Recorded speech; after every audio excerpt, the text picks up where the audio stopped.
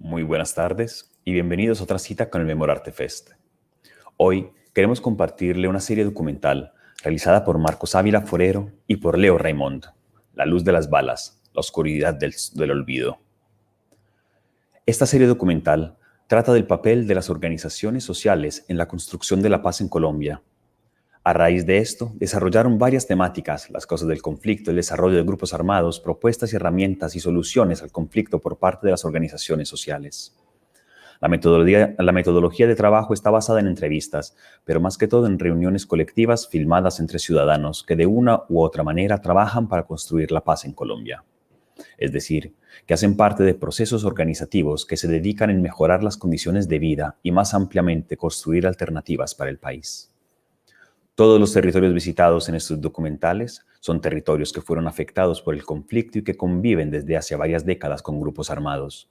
Son zonas campesinas, indígenas o afrocolombianos poco desarrolladas económicamente por la falta de conexiones, de oportunidades y por la ausencia del Estado colombiano. La mayoría del tiempo son zonas de bosques y de montañas, donde la gente vive de una pequeña y mediana agricultura de sobrevivencia. Son zonas donde la organización ha sido o sigue siendo muy presente para resolver conflictos, ordenar el territorio y sacarlos adelante. Y hoy en día esto se encuentra en la capacidad que la gente ha tenido para autogobernarse. Hoy en día, después del conflicto, son zonas que siguen bajo presión, por una parte por la situación de vulnerabilidad frente a la reaparición de actores armados, pero también frente a las múltiples presiones que ejercen otros tipos de proyectos económicos, sobre todo de tipo extractivista y ambiental, que pueden afectar tanto la economía como el entorno ambiental y el tejido social de sus territorios.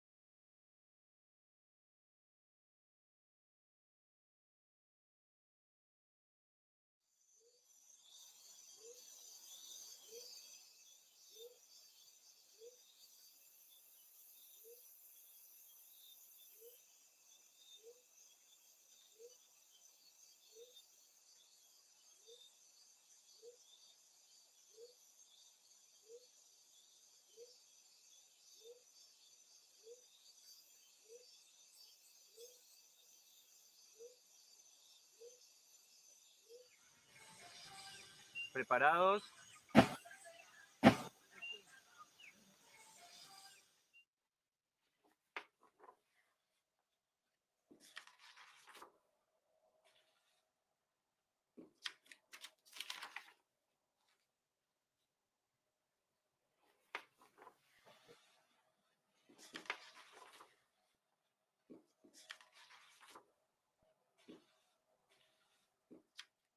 Se ubican en un lugar específico que es lo que se conoce como el sur del país, entre los departamentos del Tolima, Huila y Cauca.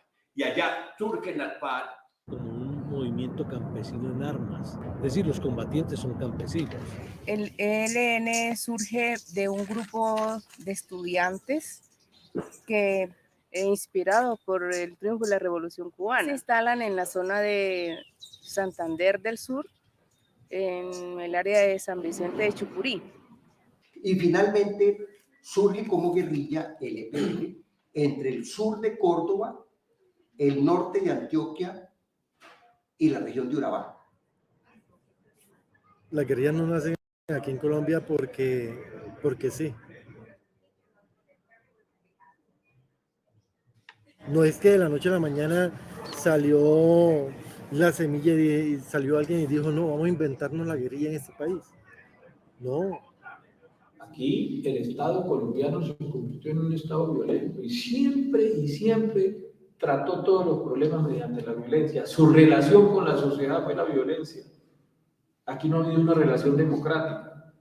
Sí, digamos que establecer el punto de partida de lo que hoy llamamos el conflicto y la violencia es un poco complejo en la medida en que el Estado colombiano ha aplicado sistemáticamente la violencia.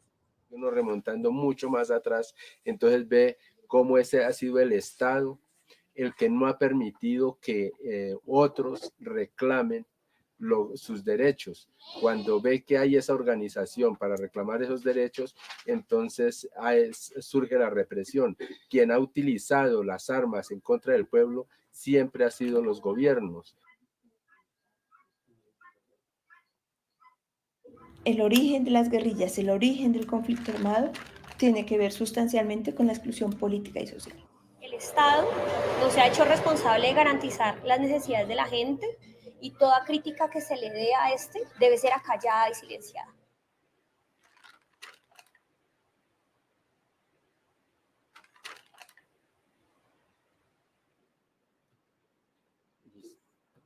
Voy a contarles una historia muy sentida. Lo que sucedió allá en la hacienda de Leticia, donde queman vivo a un compañero. Y para este crimen ni siquiera hubo justicia. Mientras algunas perspectivas hablan de que el paramilitarismo es la respuesta a los excesos de la guerrilla, un estudio, digamos, más a fondo permite mostrar los vínculos que ha tenido el Estado colombiano en los proyectos de contrainsurgencia. Pues yo creo que nosotros los campesinos nos hemos llevado la mayor afectación dentro de ese conflicto, porque pues la guerra se hizo en los territorios del campo y en esos territorios donde hubo estos falsos positivos. ¿Cómo es que un Estado asesina campesinos para ganar ascensos, como lo que es conocido como los falsos positivos? ¿O cómo puede ser que se alíen con los paramilitares y lleguen a utilizar todas las formas de matar? O sea que la autodefensa siempre fueron para hacer las cosas que no podía hacer la fuerza pública. Pero sí en los campos uno se fija que es donde desplazaron y le robaron las tierras a los campesinos para convertirlas en megaproyectos de hidrocarburos o hidroeléctricas, en monocultivos de palma o la misma coca.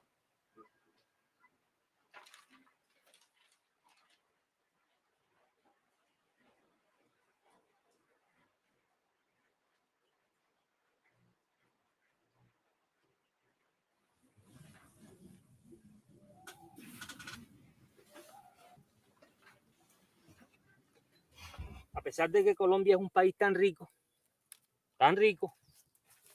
su gente es tan pobre, porque tenemos un Estado que no está al servicio del pueblo. Y la situación económica de la población era muy precaria. El trabajo del campesino pues no representaba, digamos, unos ingresos para poder, digamos, sostener una familia dignamente.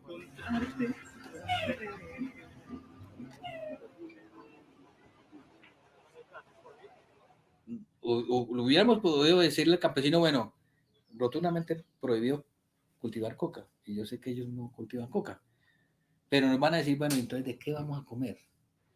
O sea, uno para entender el fenómeno tiene que meterse en el cuero, en la ropa del campesino, porque el problema no es porque la gente le guste, sino que es una necesidad.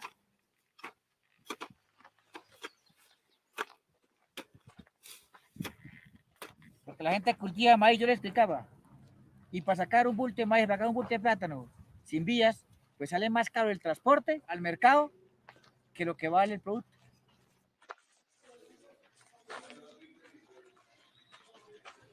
Las FARC entró a regular la economía de la coca, ¿cierto?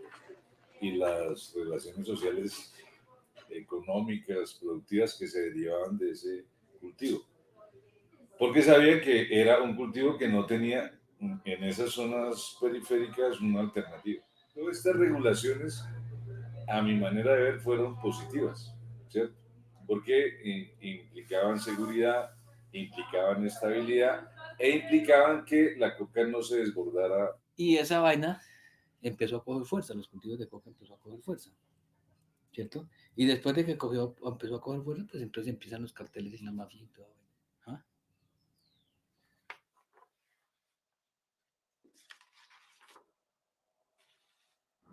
Hay otra forma de relacionarse con la comunidad, que es muy diferente a cómo se percibe desde Bogotá. Desde Bogotá, ¿qué se sabe del ELN? Se sabe cuando le dan al tubo, cuando cometen un ataque, cuando hay un muerto en combate, cuando hay una acción militar, pero el ELN es mucho más que eso. Yo diría que es la punta del iceberg, es esa noticia violenta, pero debajo hay otra cantidad de cosas que tienen que ver con el relacionamiento, con la relación, la construcción política, con las bases sociales que tiene, con esas tareas político-militares pequeñas que no aparecen cuando se hace una radiografía del ELN. Y uno va, en serio, o sea, uno pregunta, ¿quién hizo esta carretera? Las FARC. ¿Quién hizo la escuela? Las FARC. Bueno, ¿y quién hizo el acueducto? Las FARC.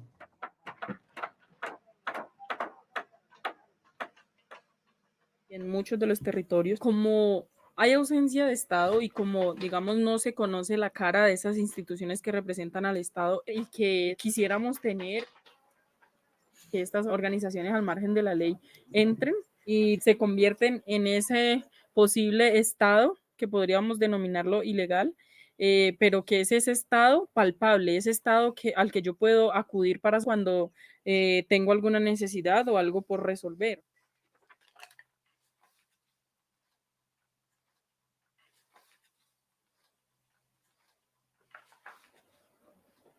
A través de que dicen los medios de comunicación, lo que dice Caracol RCN, los grandes terroristas, sí, que eran los grandes terroristas. Pues para nosotros no fueron terroristas. Primero, son una organización militar, político-militar, pero también militar, y eso implica una forma de relacionamiento. Es decir, no es lo mismo que yo llegue a decir, Carlos, regálame un café, a llegar a decirte lo mismo con un fusil en las manos. O sea, eso no es una cosa meramente simbólica, es una cosa real. Y eso no podemos abstraerlo.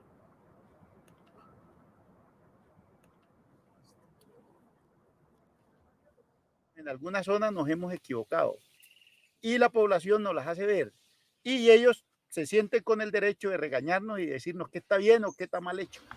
Parte de los actores involucrados en la guerra se dieron cuenta que la estrategia de la guerra no iba a permitir vencer al enemigo. También porque el desarrollo mismo de la guerra terminaban corroyendo el tejido social, la construcción regional, que permitían que esas insurgencias siguieran teniendo un sentido de lucha políticamente válido.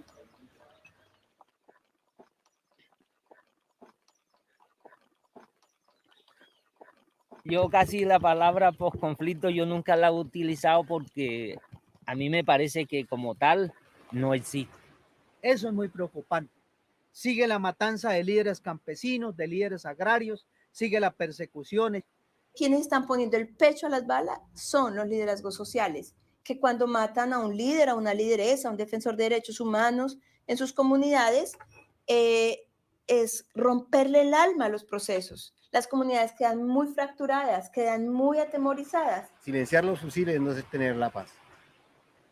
Y si eso no se soluciona, si eso no se cumple, pues hombre, vamos a seguir en los mismos problemas y no queremos regresar a la lucha armada para solucionar un problema que lo podemos solucionar a través de estos acuerdos.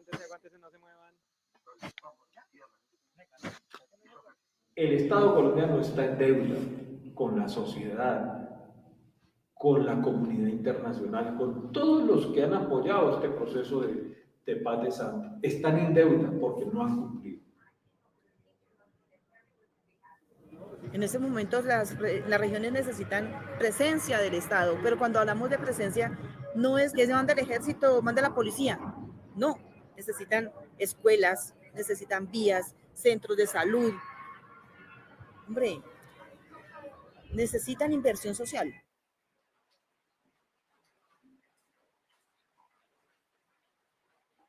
El otro Estado, el Estado civil, ¿cuándo va a llegar?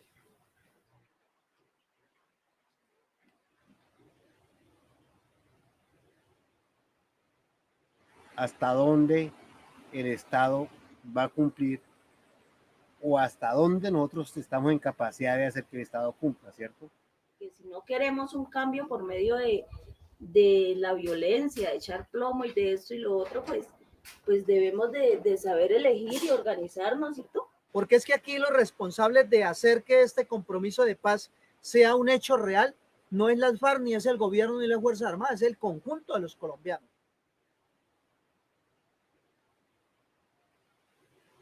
Es fundamental el tema del fortalecimiento de las organizaciones sociales y comunitarias. ¿Y por qué? Porque son el bastión realmente de la construcción de cultura política en el país. Pero eso vamos a generar y edificar y construir Estado de otras formas.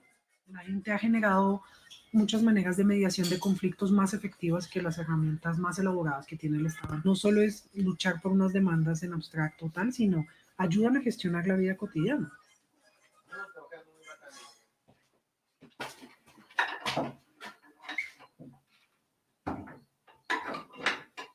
Pero es que todo eso nosotros sabemos. Lo que nosotros queremos es que nos organizamos. ¿Cómo lo vamos a hacer?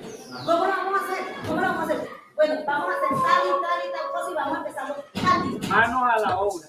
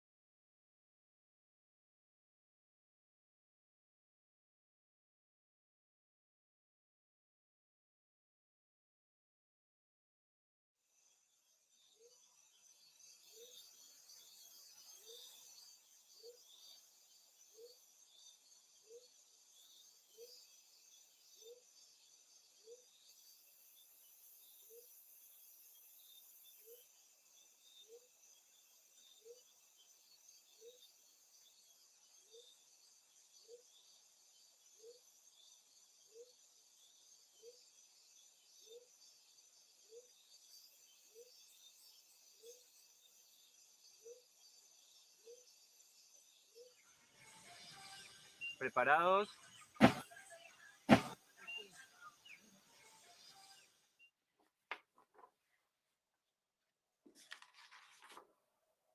De alguna manera, después de ver como tantas necesidades y tantos problemas y tanta violencia en su misma comunidad o incluso vivirla en carne propia, tratamos de buscar pues muchas soluciones y de tratar de salir adelante. Nos hemos pensado, digamos, un mundo mejor a partir de la organización.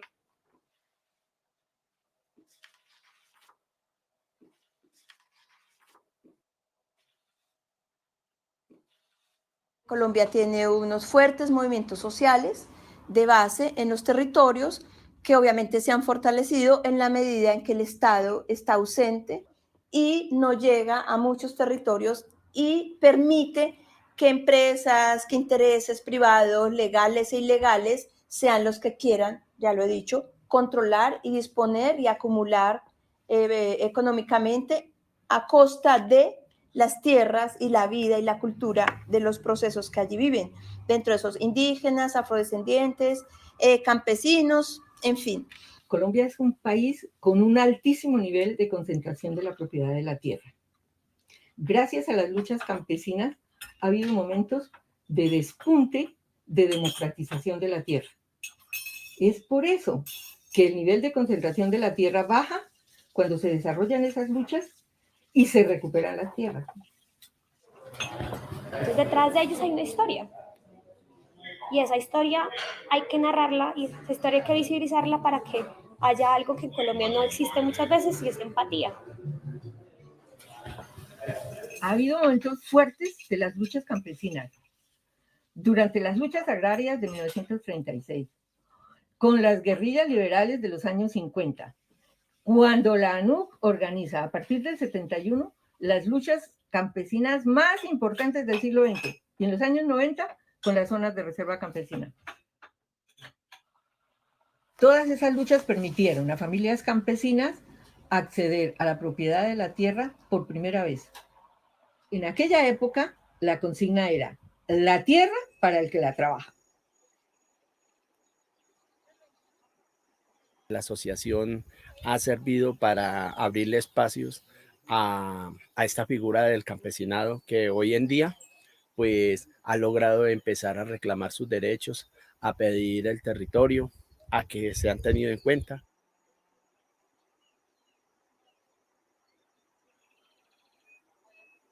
Digamos, de lo que hacen las organizaciones sociales en general en territorio, que no solo es, vuelvo y digo, luchar por unas demandas en abstracto tal, sino ayudan a gestionar la vida cotidiana, ayudan a organizar la economía, ayudan a organizar el ordenamiento territorial, lo ha hecho la gente.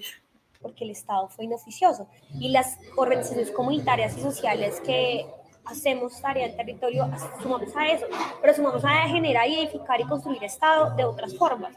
Construimos también servicios para las comunidades que transforman y reconstruyen los tejidos, y eso es lo que tenemos que seguir haciendo.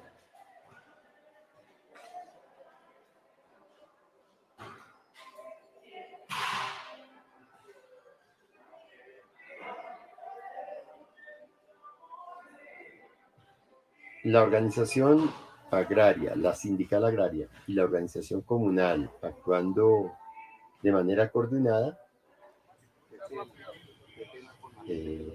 hacen un esfuerzo casi que histórico por resolver los conflictos. Sin embargo, pues la organización social asume un papel preventivo.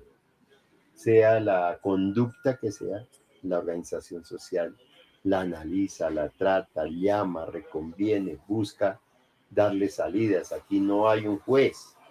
Nosotros, por ejemplo, no tenemos cárcel, no tenemos mucho menos establecidas penas de muerte o destierro. Sencillamente miramos las acciones muy pedagógicas y aplicamos sanciones que tienen que ver con los trabajos comunitarios. La presencia de esta comunidad nos ha permitido avanzar en muchas conductas que realmente no teníamos, porque a veces nos comportamos de una manera que tiende a ser como egoísta, como personalista, y ya nos dan ejemplo de la solidaridad, del trabajo en conjunto, el trabajo en grupo, el trabajo comunitario, el bienestar bajo una sola causa, que es la de luchar por el desarrollo de nuestras mismas comunidades.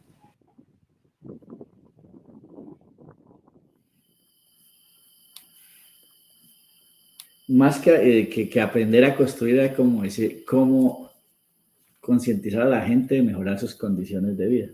Entonces, uno en 10 y 11 ya lo sacaron a la comunidad. Entonces, usted tenía que encargarse de unas familias, entonces algunos les entré a hacer las huertas y así, ese tipo de cosas.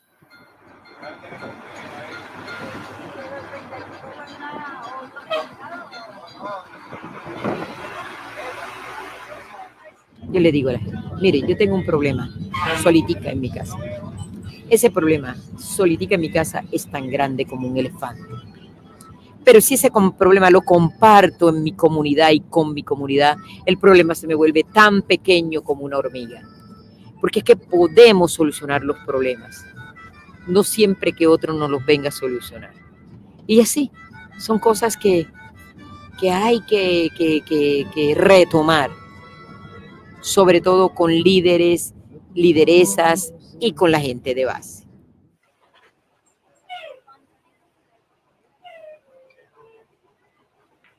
La gente tiene una capacidad increíble de poder decidir por su propia cuenta qué piensa que hay que hacer. Y es una autonomía importantísima, que teníamos nosotros de nosotros mismos. Yo por eso digo que nosotros nos sentíamos libres, ¿ve? Éramos libres. Aquí en este país se ven grandes hacendados y el campesino infeliz, muerto de hambre y explotado.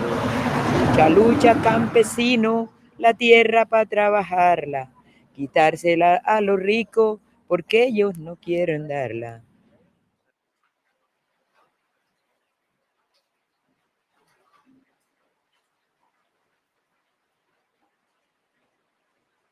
La persecución siempre ha sido contra los campesinos, como han dicho los compañeros, muertes de compañeros, otros caer a la cárcel. Pues eso ha sido así la violencia que ha habido aquí, porque aquí ha habido mucha gente, fuimos amenazados de una u otra manera, siempre el gobierno, entonces uno por reclamar, por luchar por sus reivindicaciones. Aquí lo que nos ha servido es, digamos, las organizaciones sociales, como la Junta Comunal, el sindicato, digamos, y unidos el campesino. El conflicto armado ha dejado también en la gente el miedo a la organización, a organizarse, porque digamos que los grupos armados estigmatizaban, por ejemplo, al campesino que hacía parte de una organización. O sea, si usted hace parte de un proceso organizativo, usted es guerrillero, o usted es comunista, o usted es, bueno, lo más malo que se puedan imaginar. Entonces también digamos que eso causó en la gente el miedo, digamos, a organizarse.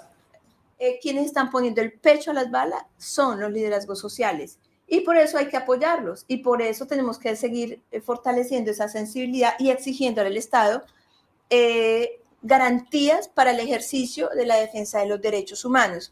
Es decir, quienes hacen realmente una defensa de los territorios son los liderazgos sociales, son los defensores y defensoras de derechos humanos que están muy desprotegidos, que cuando matan a un líder, a una lideresa, a un defensor de derechos humanos en sus comunidades, es romperle el alma a los procesos. Las comunidades quedan muy fracturadas, quedan muy atemorizadas y quienes lo hicieron ganan la partida.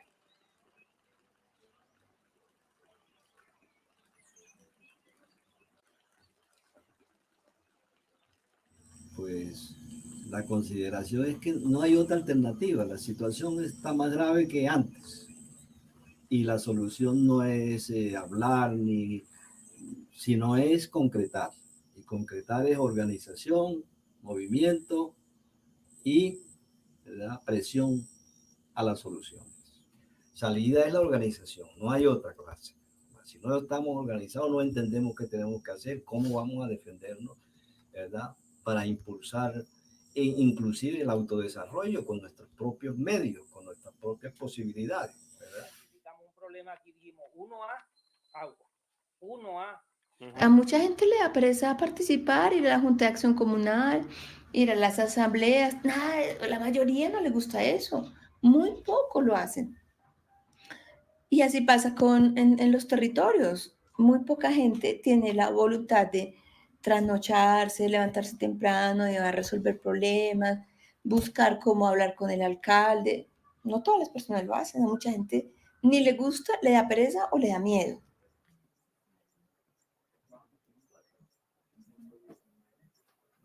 Pero precisamente, digamos, no sabemos o no tenemos ese sentido común de organización, de ir a plantear allá qué es lo que verdaderamente queremos. Tenemos que organizarnos si queremos desarrollarnos la base fundamental del desarrollo de cualquier comunidad. Si nosotros nos ponemos las pilas, nos hacemos respetar en todo, en nuestra economía, en nuestro diario vivir, en todo, pero tenemos que organizarnos. La organización.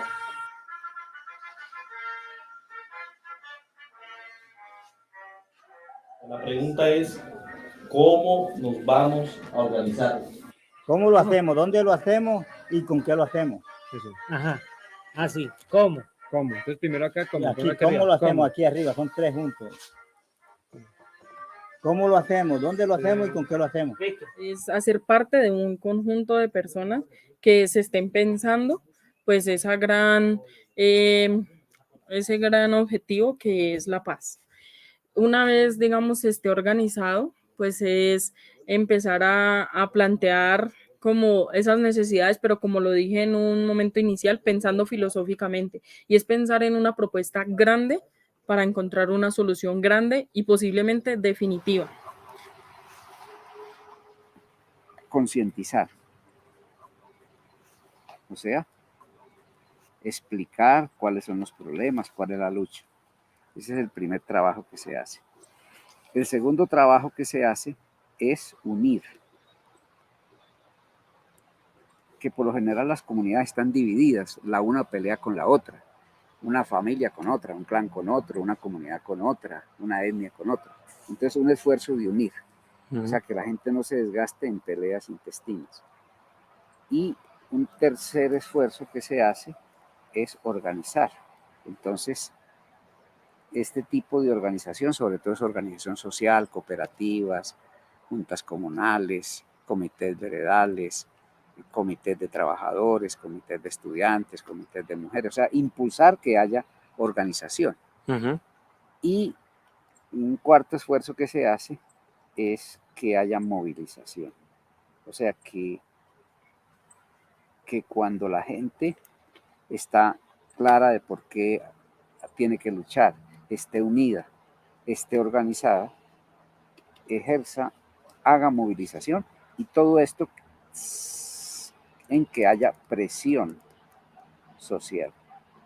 Otra propuesta es empezar a conocer qué es todo lo que el Estado debería de brindarle a las personas y conocerlo con el fin de poder exigirlo. Coño, ¿por qué no podemos educarnos nosotros? Y ahí es donde pues decimos, no, pues hay que estudiar y empezamos a golpear puertas.